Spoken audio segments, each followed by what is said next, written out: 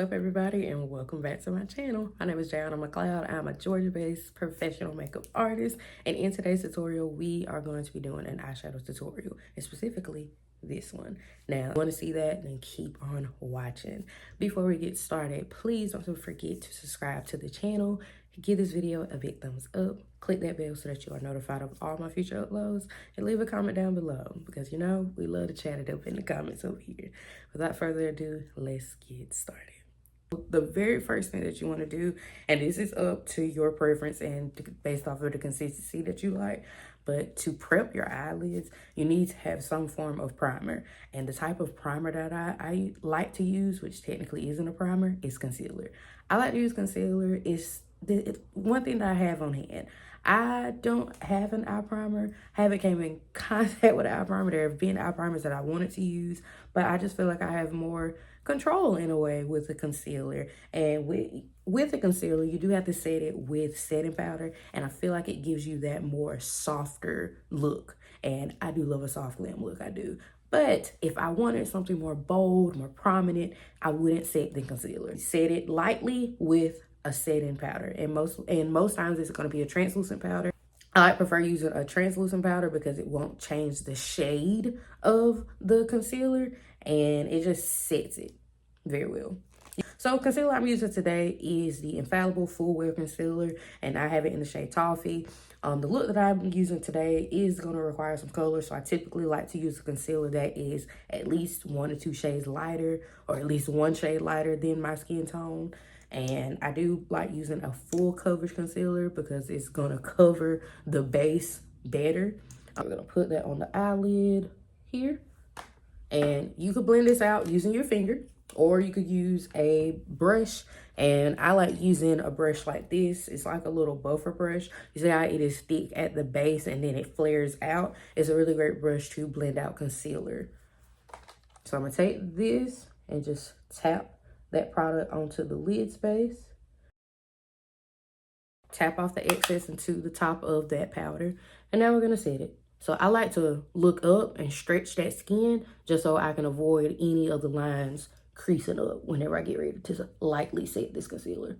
You have just one eyeshadow palette, and that's all you have right now. Use it, okay? You don't need to have multiple eyeshadow palettes to pull off a good look. If you're interested in color, I would go for a palette that has neutral tones in it and colorful tones in it. If you're a beginner and you don't really know what to do and it could be overwhelming, they sell miniature eyeshadow palettes. In today's eyeshadow look, I want to incorporate some color, but I want to show you that it's not hard to use color, okay? And you do not need to be afraid to use color. Now, this palette that I have today is from Bolive Beaute. It is the Wild Side palette, 36 shades. Now, the cool thing about this palette is it contains your browns, some of your neutral tones, but it also has the rest of your tones in your rainbow. So we got your reds, your oranges, your pinks, your greens, your yellows. It's a very pretty palette, but I know that this can be overwhelming, but don't let it overwhelm you. Sometimes you just need to get creative. And it's best, too, to understand your color wheel as well, to know that which of these colors actually go together. And you can create a good look off of that. What I'm going to do is go into these browns. So the first shade that I'm going to take is a shade that's going to be closest to my skin tone, and that's going to be my transition shade. This shade is going to allow me to transition from all my other colors, and I like to use it as my base shade as well. I like to do that because I, too, have trouble sometimes working with colors and understanding which colors actually go together. And sometimes I do too much and it comes out looking muddy. So that's why I like going in with a brown first, because it's my safe shade is what I like to call it. I think I'm gonna use, I think it's called Oshrey right here. So it's a brown shade. I am going to take a fluffy brush. This one came from Miss A. That is a store that sells like beauty and hair accessories where everything is like under $10. It's one of the greatest stores invented if you are a makeup artist and you need some supplies. These brushes was $1, and honey, I got so many of them. So I'm gonna dip into that shade. And this brush is a fluffy brush, a fluffy blending brush. So it's perfect for blending. So I'm gonna dip into there, really just filling up the brush. And then tap off the excess. Tapping off the excess helps with not making your eyeshadow look so patchy. I'm gonna go into the crease area here, and we're just gonna tap it all into that natural fold of the eye. And I take it up a little bit higher. I kind of have a hooded lid space, so when I look straight up, you can see that extra skin right there on the eye. So I had to bring my shadows up a little higher so that you can see it. So bring it up a little higher, but not so high that it's up here to the brow bone space, unless you want it to be. But I like to leave that space empty, either for setting it with a matte shade, or I like to put a little shimmer, and that just gives some definition to my brow bone. And in the front of the brow here, and then I even like to bring it towards the sides of the nose, going down the bridge. All right, now that that has been placed, the color is very pretty. Now we want to go in and kind of blend out the edges some if you see any harsh lines. So what I'll do with the same brush is just go around the edges and do some soft circular motions. And I'm only doing that to eliminate any harsh lines or anything that may not look as blended, just to make it look a tad bit more clean. I'm gonna take a little bit more onto my brush here. And what I'm doing is windshield wiper motions, going back and forth, and I'm really building it up right there. Because I feel like I kind of lost it some. And I do lift my brows up just to make sure I can really get in there. I do the same thing whenever I do a client. I'll lift their eyebrow up like that, or that extra skin, and I really make sure that I'm covering it. So then when they relax, we're still able to see the product, especially if they have a hooded eye. So this brush is the e.l.f. Detail Crease Brush. So it's perfect for what I'm trying to achieve. And so going back into the palette, I'm going to take a darker shade. And I'm going to use the shade... We're going to take the shade here called Ginger Me. So it's like a milk chocolate shade. It may have a pinch of red undertones in it. All right, again, you dip it to your palette. Just like this, not like this, just like this, to pack it onto the brush. Tap off the excess. Now, going into your outer crease here. So, my eyes relaxed. You see that little extra skin right there? That's where we're going to put it. But we're going to bring it up a little higher, just like I did with that transition shade, so you can see it. If you got a big eyelid space, you won't have to do all this. So, right here into the outer crease, we're going to tap in that product. I even go along a little bit on that lash line, and we can smudge that out some just by rubbing it across that lash line. I do take a step back and look in my mirror just to make sure that it is even. So it's not. So I need to bring a little bit more pigment upwards here to match this side. So now, taking the same brush, and we're going to do windshield wiper motions like this. And I'm going to bring this crease shade a little bit towards the middle of the eye. I don't want to go all the way to the inner corner, but I do want to bring that up some. So I'm not adding any more product. Now I'm just focusing on the blending. So I am doing windshield wiper motions, really getting into the socket of the eye. Now, it does look a little crazy right here, but we're going to fix that with that original brush. It looks like I just put a color right there and put a color right there, but it's not blended in together. So that's why we use blending brushes, to mesh everything together. So now going back in with that original brush, and we're going to do circular motions that assist with the blending. And we just do it on the outer edge. You see here how it looks totally better. It looks better blended now. And I didn't even have to add any more color onto the brush. It's just all about your technique. Now, what we're going to do, I want a matte shade to go onto my lid. And so what I'm going to take is, this is where the color is going to get incorporated. I got this flat eyeshadow brush right here. I got a little blue on it. Forgive me for my dirty brushes. So, excuse me. You can take the safe route, right? You can put a nude shade on your eye. Maybe if you're a little advanced, you could do a little eyeliner, a little wing. No more safe. We're going to add some color. So you want to add a color that's at least going to match the shade range or the color tone that you're going with your eyeshadows. For something a little different. And I'm going to mix some shades. So I love this shade up here, apricot. And it's like a peachy shade. We can see it has a little yellow in it, maybe a little orange. but I kind of want to tone it down some or add a little orange in it. So I'm gonna use the shade Flambe. So I just pat it right there on the brush, and I'm just gonna pack that onto the lid space. Take my blending brush here, and I'm gonna go in because I want to mesh that lid shade and my crease shade together some.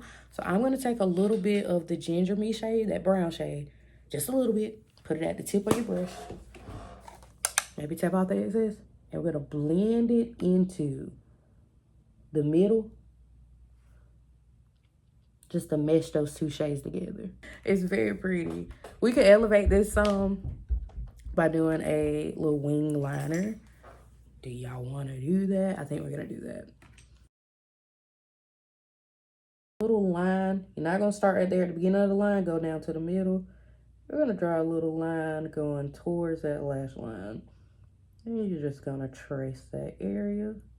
Angled brush here, there's nothing on it. And I'm just going to smudge this out some. Kind of give you that grungy looking look. So for mascara, this is Lash XTNDR. I'm not really sure because the CVS thing is on it, but it's from e.l.f. I'll find it and put it in the description box.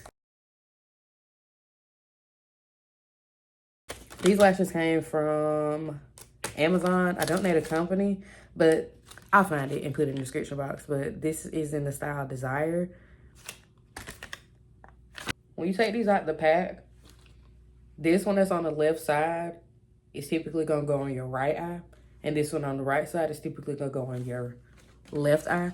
And that's because when you turn it around and face it to your front ways like this, you'll notice that the short end, because the lashes go from a certain millimeter. So I think this is from 6 to like 13.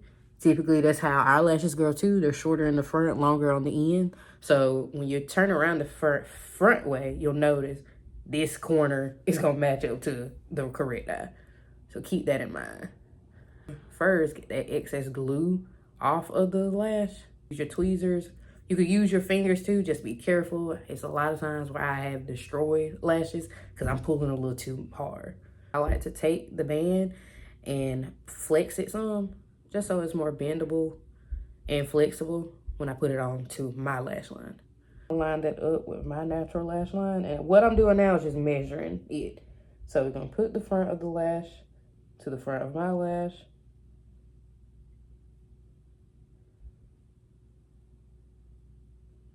And we're just measuring to see. And I don't like to start immediately at the front of my lash because that little corner can really irritate the inner corner of your eye. So we're gonna move that a little bit over some, closest to the middle, but not directly in the middle.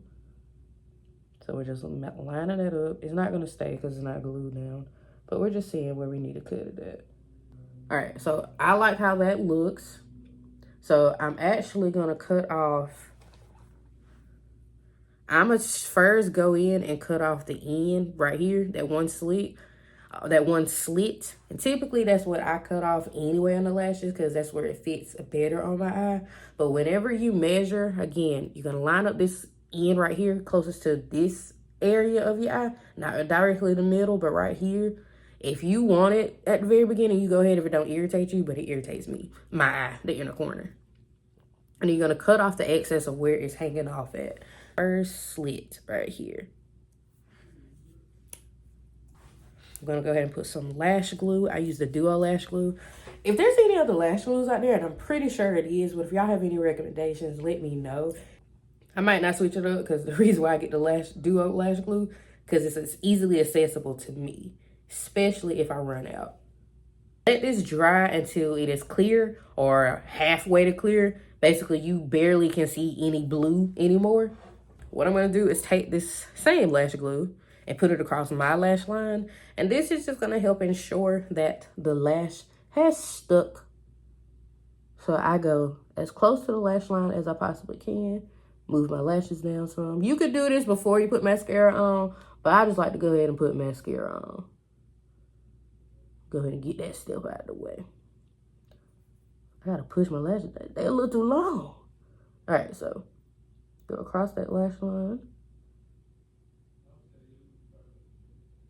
Try not to glue your eye shut. I have done it a multitude of times, so just be careful with that.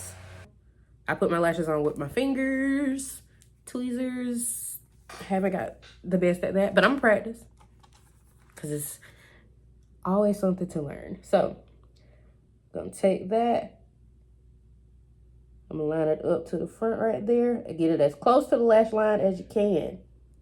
As close to the lash line as you can.